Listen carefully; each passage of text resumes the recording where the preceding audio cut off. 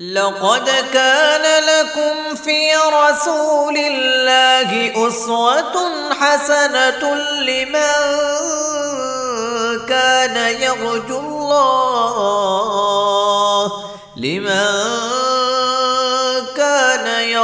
الله واليوم الآخر وذكر الله كثيرا نحمده ونصلي على رسول الکریم اما بعد۔ صحیح البخاری کتاب الحیض باب نمبر 16 باب نقد المرأۃ شعرها عند غسل المحیض۔ باب اس بارہ میں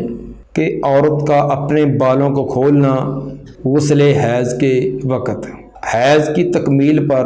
غسل کرتے وقت عورت کا بالوں کو کھولنا، اس کا بیان۔ گزشتہ باب میں بھی یہ بات ہو چکی ہے کہ امام بخاری رحمہ اللہ کے نزدیک اور دیگر بہت سارے محدثین اور فقہاء کے نزدیک غسل حیض کے وقت عورت کا بالوں کو کھولنا، مینڈیوں کو کھول کر بالوں کو دھونا یہ ضروری ہے۔ البتہ غسل جنابت کے لیے یہ ضروری نہیں ہے، کیونکہ غسل جنابت کا وقوع کثیر اوقات میں ہوتا ہے، بہت زیادہ ہوتا ہے، اس لیے اس کے اندر تخفیف ہے، جبکہ غسل حیض جو ہے یہ مہینے بعد ہوتا ہے اور اس کے اندر پھر نظافت اور صفائی بھی زیادہ مقصود ہوتی ہے، اس وقت بالوں کو کھولنا چاہیے۔ حدیث نمبر 317 قال حدثنا عبید بن اسماعیل قال حدثنا ابو اسامہ عن ہشام عن ابی عن عائشہ قالت خرجنا موافین لحلال ذی الحجہ۔ سیدہ عائشہ رضی اللہ تعالیٰ عنہ فرماتی ہیں کہ ہم نکلے، ذی الحجہ کا چاند نکلنے کے قریب تھا، ذی الحجہ کا چاند طلوع ہونے والا تھا، اس وقت ہم مدینہ سے نکلے۔ فرمایا رسول اللہ صلی اللہ علیہ وسلم نے من احب ان یحل بعمرہ فلیحل، جو پسند کرتا ہے کوئی احرام باندھے عمرے کا تو وہ احرام باندھ لے۔ عمرے سے مراد یہ حج تمتع ہے، کیونکہ حج تمتع کے اندر عمرے کا احرام باندھ کر جا کر عمرہ کیا جاتا ہے، عمرہ کرنے کے بعد پھر احرام کھول دیا جاتا ہے، پھر 8 ذی الحجہ کو اپنی رہائش گاہ سے احرام باندھ کر آگے مینا کو جایا جاتا ہے۔ اور فرمایا آپ نے فإنی لولا انی اہدیت لاحللت بعمرہ، اگر میں اپنے ساتھ قربانی کا جانور نہ لایا ہوتا تو میں بھی عمرے کا احرام باندھتا، یعنی میں بھی حج تمتع ہی کرتا۔ فأحل بعضهم بعمرہ، چنانچہ احرام باندھا بعض نے تو عمرے کا، وحل بعض بحج، اور بعض نے احرام باندھا حج کا۔ حج سے مراد حج قران ہے۔ وکنت انا ممن احل بعمرہ،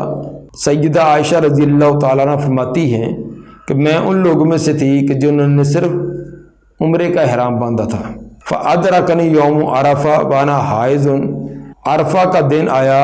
اور میں حیض والی تھی۔ فشکوت الی النبی صلی اللہ علیہ وسلم، اس بات کی شکایت میں نے نبی صلی اللہ علیہ وسلم کو کی۔ فقال دعی عمرتک، آپ نے فرمایا کہ اپنا عمرہ چھوڑ دے، عمرہ احرام کھول دے، عمرے کا ارادہ چھوڑ دے۔ ونقضی راسک وامتشطی، اپنے سر کے بال کھول اور کنگھی کر۔ واحلی بحج، اور حج کا احرام باندھ لے۔ یہ تھا محل استشہاد جسے امام بخاری رحمہ اللہ نے ثابت کیا کہ عورت حیض کے بعد جو غسل کرے گی اس کے اندر سر کے بال کو کھولے، کیونکہ آپ نے حکم دیا کہ وانقضی راسک، اپنے سر کے بالوں کو کھول،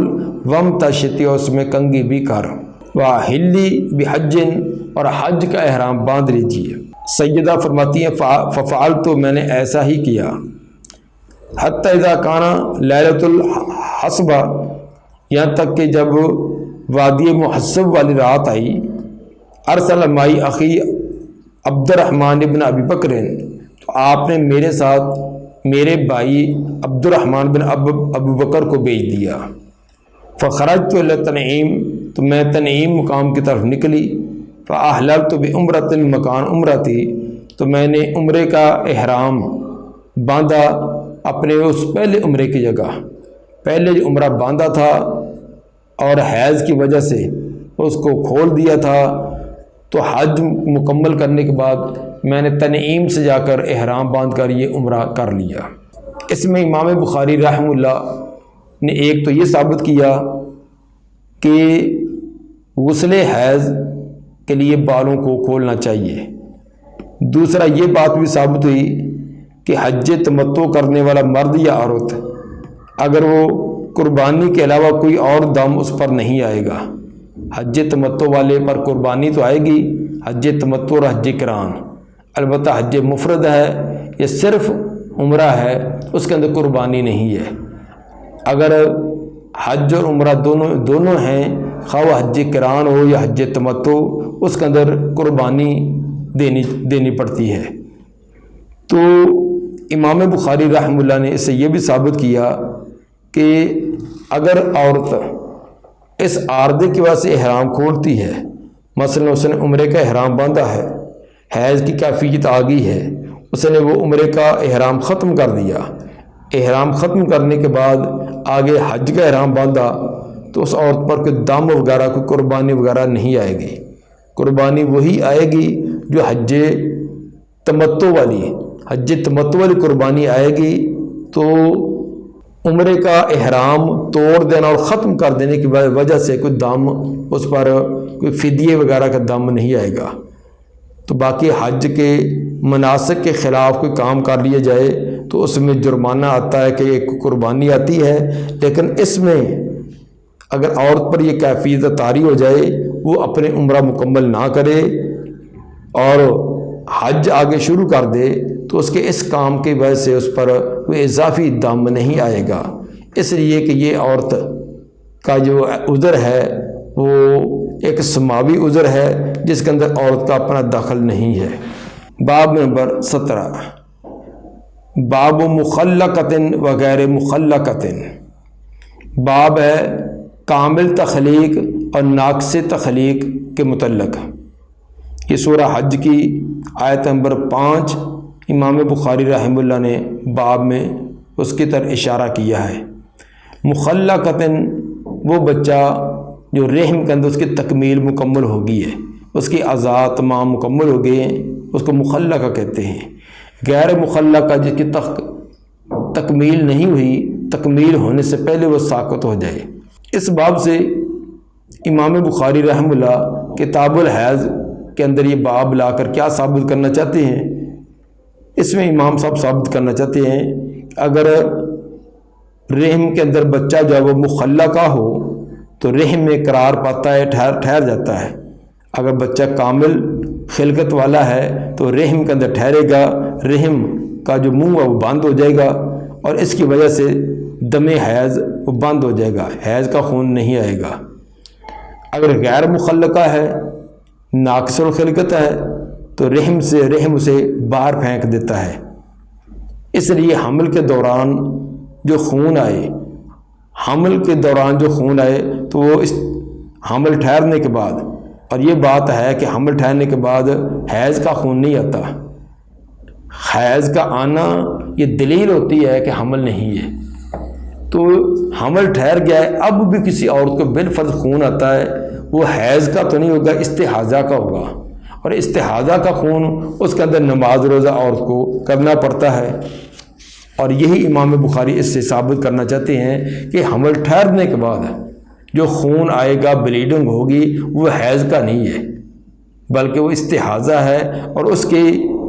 جاری ہونے کے باوجود نماز روزہ عورت کو کرنا پڑے گا۔ یہی قول اہل کوفہ کا ہے، امام احمد کا، ابو ثور، ابن منذر کا اور محدثین کی ایک بڑی جماعت کا ہے کہ حمل ٹھہرنے کے بعد جو خون آتا ہے وہ استحاضے کا ہوگا، اور استحاضے کے خون میں نماز روزہ کرنا پڑے گا۔ بچے کی ولادت سے، اگر بچہ حمل ٹھہرا ہوا ہے، بچے کی ولادت سے 2 دن یا 3 دن پہلے درد کے ساتھ خون آئے، یعنی جس کو درد ذے کہتے ہیں، درد ذے کے ساتھ اگر خون آئے تو وہ نفاس کا خون شمار ہوگا، اور نفاس کے خون کے اندر نماز روزہ یہ جائز نہیں ہے۔ اگر کئی دن پہلے 2-3 دن نہیں بلکہ ولادت سے ہفتہ 10 دن 15 دن پہلے خون آنا شروع ہو جائے تو وہ خون نفاس کا نہ ہوگا۔ اسی طرح ولادت سے 2 یا 3 دن بھی پہلے بھی خون آئے لیکن درد کے ساتھ نہ آئے، درد ذے کے ساتھ نہ آئے، تو وہ بھی نفاس کا خون نہیں ہوگا۔ جب نفاس کا نہیں ہے تو اب اس خون کو حیض کا سمجھا جائے یا استحاضہ کا۔ اگر ولادت سے 2 یا 3 دن پہلے درد ذے کے ساتھ خون آتا وہ نفاس ہے، نفاس کے خون میں کے دوران نماز روزہ نہیں ہے۔ لیکن اگر 2 یا 3 دن پہلے خون آئے لیکن درد نہیں ہے، بغیر درد کے آتا ہے، وہ بھی نفاس نہیں، یا 2-3 دن سے بہت پہلے آ گیا ہے، ہفتہ 2 ہفتے 3 ہفتے پہلے آ گیا ہے، تو وہ بھی نفاس نہیں ہے۔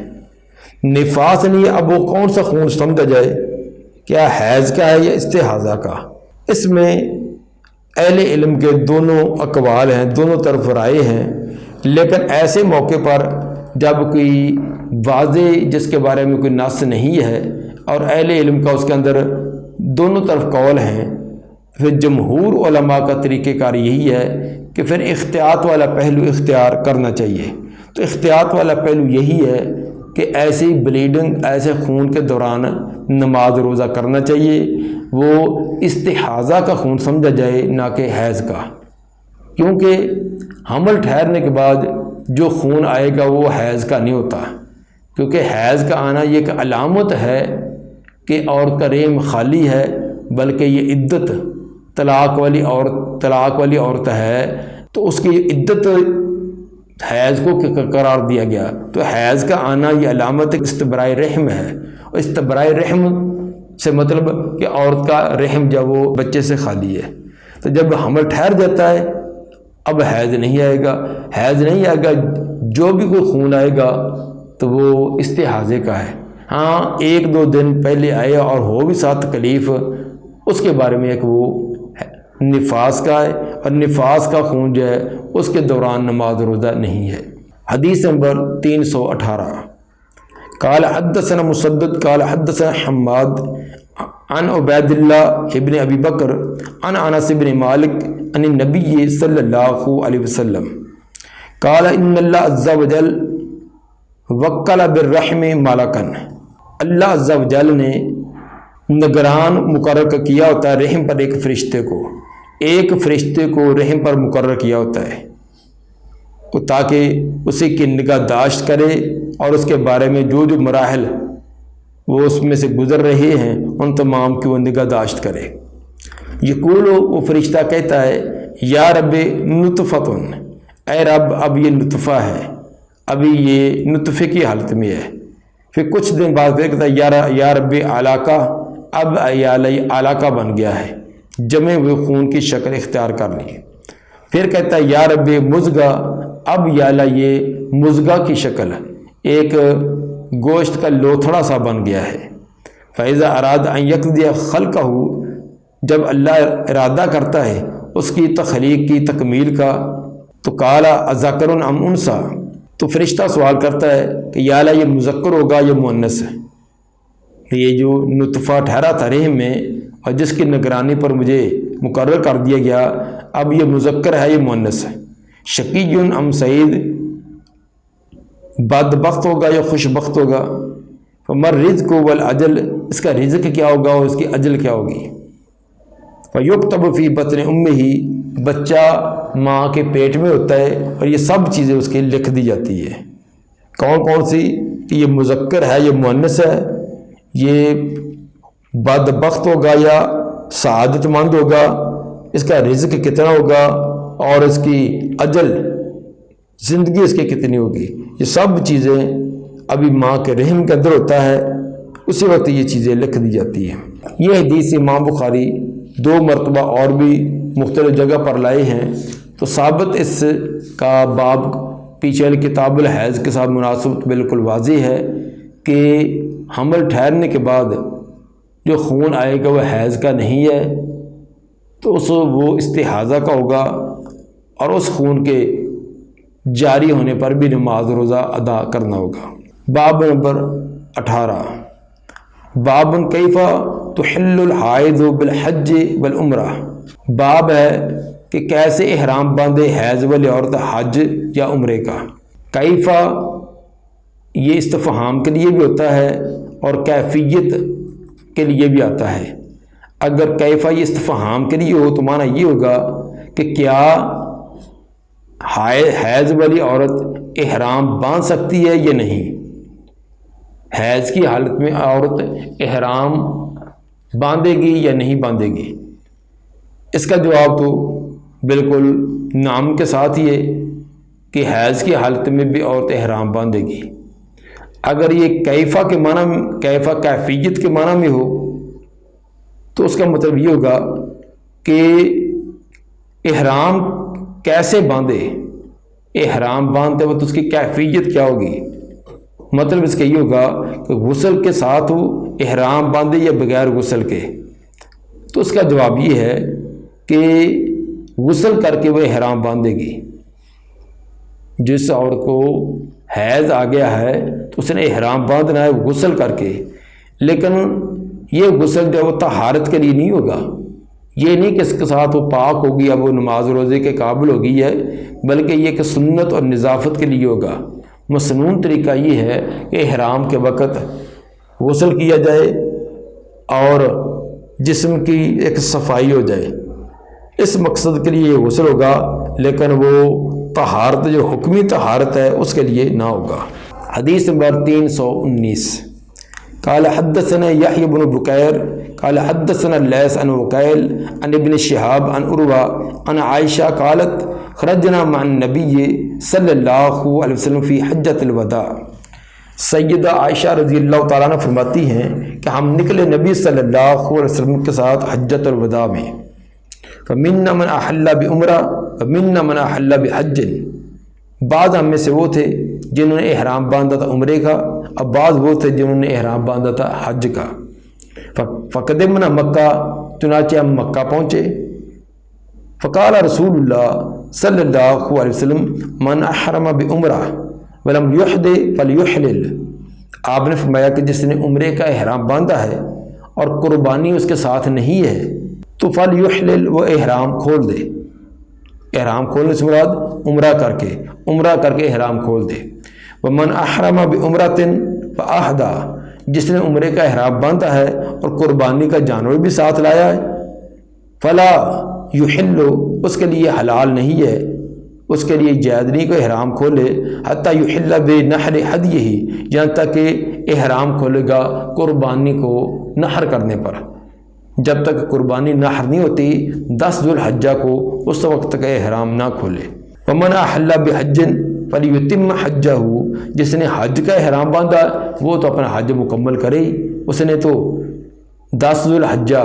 نحر تک اس نے احرام کے اندر رہنا ہے۔ قالت فحض، تو سیدہ عائشہ رضی اللہ تعالیٰ عنہ فرماتی ہے کہ میں حیض والی ہوگی۔ فلم ازل حائضا حتی کان یوم عرفہ، میں حیض کی کیفیت میں رہی یہاں تک کہ عرفہ کا دن آ گیا۔ فلم احلل الا بعمرہ، اور میں نے نہیں احرام باندھا تھا مگر عمرے ہی کا، اور میرا احرام عمرے کا تھا۔ فامرنی النبی صلی اللہ علیہ وسلم ان انقض راسی وامتشطا، آپ نے مجھے حکم دیا کہ میں اپنے سار کے بالوں کو کھول دوں اور کنگھی کروں، وحل بحج، اور حج کا احرام باندھ لوں، واترک العمرہ، اور عمرے کا ارادہ چھوڑ دوں،